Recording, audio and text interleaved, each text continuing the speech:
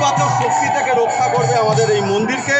এবং বলা হয় যে উগ্রতারা ষোলপাণি, সুভদ্রা ভুবনেশ্বরী, নীলাদ্রুত জগন্নাথ, সাক্ষাৎ দক্ষিণা কালিকা।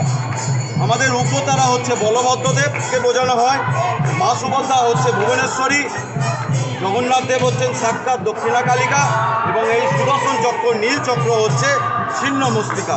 এবং আমরা যে জগন্নাথ মন্দিরের চূড়ায় আমরা নৃসিংহ রূপে সেইটি আমরা পুজো করব।